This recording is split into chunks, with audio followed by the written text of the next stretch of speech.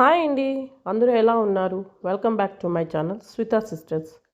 మనం ఏదన్నా చేసుకుంటే కాస్త స్పెషల్‌గా ఉండాలి అని ఆలోచిస్తూ ఉంటాము.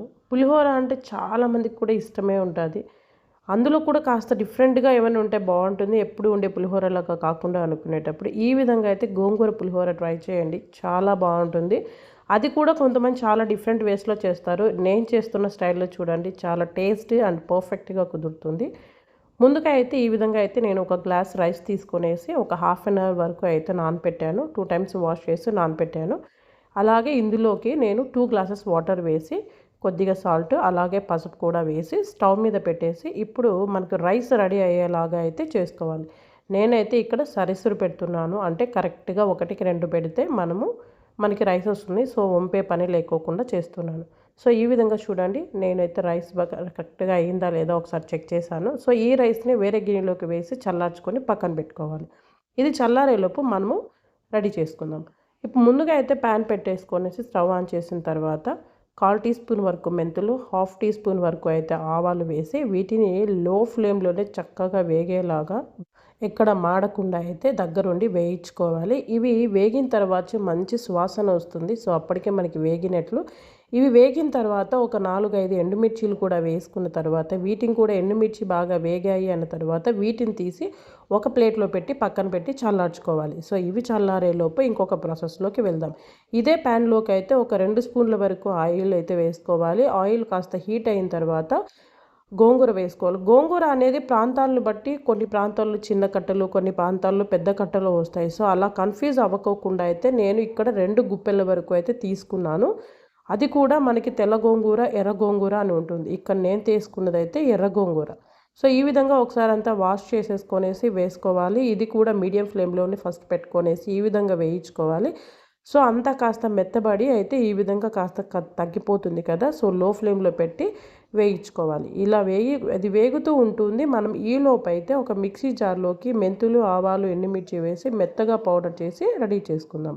ఈలోపు మనకి గోంగూర అయితే చూడండి చక్కగా వేగిపోయింది. ప్యాన్‌కి సెపరేట్ అవుతూ ఉంది అంటే మనకు రెడీ అయినట్లు. ఇప్పుడు ఇందులోకైతే మనము గ్రైండ్ చేసి పెట్టుకున్నాం కదా! ఆ పౌడర్‌ని వేసి ఇది కూడా బాగా కలిసేలాగా అయితే మిక్స్ చేసుకోవాలి. సో, అప్పుడే మనకు 2 బాగా కలిసి అది కూడా ఎక్కడా కూడా పచ్చివాసన లేకోకుండా అయితే మనకు వేగుతుంది. ఇలా వేయించుకోవడం వల్ల టేస్ట్ మరింత ఎన్హాన్స్ అయితే అవుతుంది. ఇక్కడ నేను తీసుకున్న గోంగూర ఎర్ర గోంగూర అంటే కాస్త పులుపుగానే ఉంటుంది. అది కూడా పులిహోర అంటే మనందరికీ బాగా గుర్తొచ్చేది చింతపండు. అవునా? సో, చాలామందైతే గోంగూర పులిహోరలోకి నాకు తెలిసినంత వరకైతే పులుపు వెయ్యరు. సో, కానీ పులుపు వేసి చూడండి టేస్ట్ ఇంకా బావుంటుంది. మీరు ఎర్ర గోంగూర తీసుకున్నట్లయితే కొద్దిగా చింతపండు వేయండి. అది తెల్ల గోంగూర అయితే మరి కొంత క్వాంటిటీ పెంచుకోవాలి. ఎందుకంటే అది పులుపు ఉండదు కాబట్టి. సో, ఈ విధంగా వేసి అంతా బాగా మిక్స్ అయ్యేసి ప్యాన్‌కి సెపరేట్ అయ్యేంత వరకు అయితే వేయించుకోవాలి. ఇలా అయిన దాన్ని పక్కన పెట్టుకొని చల్లారిన తర్వాత ఇప్పుడు దీన్ని ఒక మిక్సీ జార్‌లోకి వేసేసి మరీ ఎక్కువగా గ్రైండ్ చేయొద్దండి. ఒక పల్స్ ఇచ్చి అయితే గ్రైండ్ చేయాలి. అలాగే కొద్దిగా సాల్ట్ కూడా వేసి జస్ట్ అలా ఒక పల్స్ ఇచ్చి మనం గ్రైండ్ చేసుకోవాలి. అలా గ్రైండ్ చేసిన దాన్ని ఇప్పుడు మనకి రైస్ అయితే బాగా చల్లారిపోయింది కదా! ఇప్పుడు ఈ రైస్‌లోకి మనం గ్రైండ్ చేసి పెట్టుకున్న గోంగూర పేస్ట్‌ని అంతా వేసేసి ఇప్పుడు ఈ రైస్‌కి అంతా బాగా పట్టేలాగా అయితే మనము కలుపుకోవాలి. ఇక్కడే మనకి మంచి టేస్ట్ అనేది యాడ్ అవుతుంది. సో, ఇన్‌కేస్ మీరు తీసుకున్న గోంగూర పేస్ట్ ఎక్కువైతే కొద్దిగా చూసుకొని వేసుకోండి. లేదంటే రైస్ అయినా వేసి అడ్జస్ట్ చేసుకోండి. ఇప్పుడు దీన్ని పక్కన పెట్టుకొని పోపుని రెడీ చేసుకుందాం. మరొక పాన్ పెట్టేసుకొనేసి ఇప్పుడు ఒక 3-4 స్పూన్స్ వరకు అయితే ఆయిల్ వేసుకోవాలి. ఆయిల్ వేస్తేనే మనకి పులిహోరలో టేస్ట్ బావుంటుంది. అది పాయింట్ మీకు కూడా తెలుసు అనుకోండి కానీ చెప్తున్నాను. ఇలా వేసిన తర్వాత ఇందులోకి ఒక గుప్పెడు అంటే ఒక హాఫ్ కప్పు వరకు అయితే మనము పల్లీలు వేస్తున్నాము. అలాగే ఒక స్పూన్ వరకు అయితే పచ్చిశనగపప్పు, ఒక స్పూన్ వరకు అయితే ఉద్దిపప్పు. మీరు పొట్టు మినపప్పు వేసుకున్నా పర్లేదు. లేదా ప్లెయిన్‌గా తెల్ల ఉన్న వేసుకున్నా పర్లేదు. సో, వీటినైతే అంతా లో ఫ్లేమ్‌లో పెట్టుకొనే వేయించుకోండి. ఎందుకు అంటే లో ఫ్లేమ్‌లో పెట్టడం వల్ల మనకి గింజ అనేది లోపల వరకు వేగి బాగా క్రిస్పీనెస్ అనేది వస్తుంది.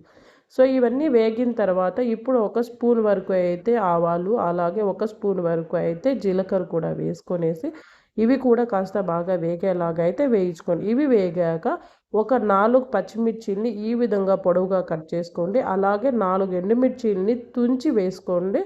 అప్పుడు ఎక్కడ ఏవి చిట్లకుండా ఉంటాయి, అన్నీ ఈక్వల్గా వేగుతాయి. అలాగే జీడిపప్పు కొంతమంది ముందు వేయించుకుంటారు, కొంతమంది ఇలాగ కూడా వేయించుకుంటారు. నాకు ఇక్కడ వేస్తే అన్నీ కరెక్ట్గా అంటే ఈవెన్గా వేగుతాయి అనే ఉద్దేశంతో ఇక్కడ వేసాను. పచ్చిమిర్చి ఎప్పుడు కూడా ఆయిల్లో చక్కగా వేగితే అది మనం పంటి కింద తినేటప్పుడు కొరుక్కుంటే చాలా టేస్ట్ బాగుంటుంది. అలాగే పచ్చి కారంలో ఉన్నది ఈ విధంగా వేయించడం వల్ల కారం కూడా తగ్గుతుంది. సో ఇలా వేయించుకోండి. ఇంకా లాస్ట్లో మనం వేయాల్సింది పచ్చి కరివేపాకు. ఫస్ట్లో వేస్తే మాడుతుంది అనే ఉద్దేశంతో నేనైతే లాస్ట్లో వేస్తున్నాను. సో ఈ విధంగా అయితే అది లైట్గా రోస్ట్ చేసేసుకున్నాం అనుకోండి, జస్ట్ క్రిస్పీనెస్ వస్తుంది. సో మనకు తినేటప్పుడు కూడా బాగా క్రంచీనెస్తో వస్తుంది. సో ఈ విధంగా అంతా వేగిన తర్వాత ఇప్పుడు చల్లారి పెట్టుకున్నాం కదా, రైస్ రెడీగా ఉంది కదా, అందులోకైతే ఈ పోపు అంతా వేసేసుకొని అంతా ఒకసారి బాగా కలుపుకోండి.